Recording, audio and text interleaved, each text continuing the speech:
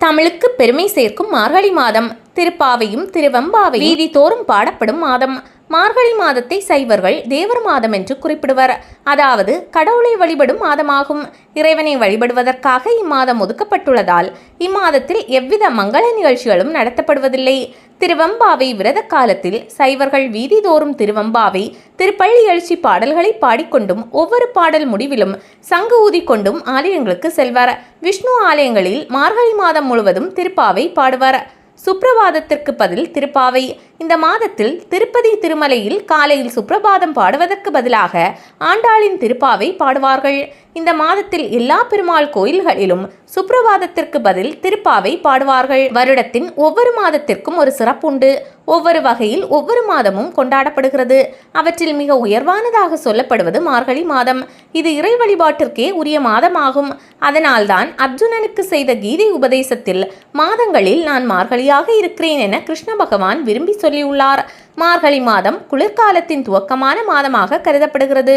பூமியின் வடகோள பகுதியில் உள்ளோருக்கு டிசம்பர், ஜனவரி, பிப்ரவரி மாதங்கள் குளிர்காலங்களாகும். குளிர்காலத்தின் துவக்கம் டிசம்பரில் துவங்குகிறது. குளிர்காலத்தின் போது துருவ பகுதிகள் மிக குளிர்ந்து இருக்கும். அங்கு சில மாதங்கள் சூரியனை தொடர்ந்து காண முடியாது. அப்போது வறண்ட குளிர்காற்று அந்த பகுதியிலிருந்து தெற்பகுதியை நோக்கி வீச துவங்கும். ஆகையால் தென்பகுதிகளின் வானிலை, வெப்பநிலை மற்றும் பகற்பொழுதின் அளவு மாறுபட துவங்கும்.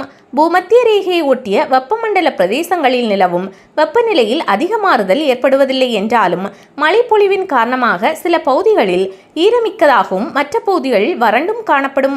உயிர்ப்பில்லாத மாதம்.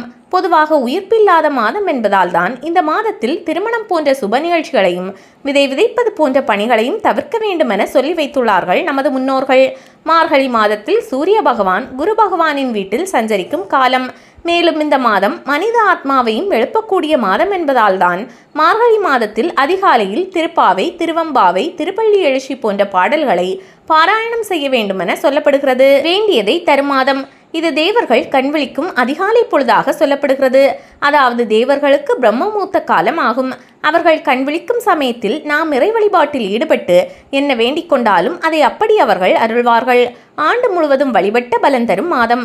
இதன் காரணமாக தான் மார்கழியின் 30 நாட்களில் ஏதாவது ஒரு நாளாவது அதிகாலையில் எழுந்து விளக்கேற்றி வழிபாட்டில் ஈடுபட்டால் ஒரு ஆண்டு முழுவதும் அதிகாலையில் வழிபாடு செய்த பலன் தரும் அளவிற்கு உயர்வான பலன்களை தரக்கூடிய மாதமாக மார்கழி திகழ்கிறது.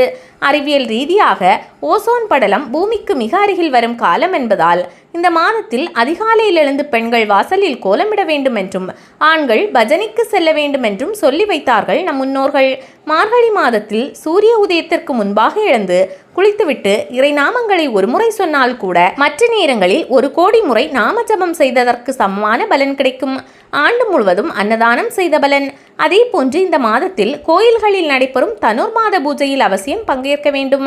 தனுர் மாத பூஜைக்காக நம்மால் முடிந்த ஏதாவது பிரசாத நைவேத்தியத்தை வழங்க வேண்டும். கோவிலுக்கு வருபவர்களுக்கு அதை பிரசாதமாக வழங்கினால் ஒரு ஆண்டு முழுவதும் அன்னதானம் செய்த பலன் கிடைக்கும்.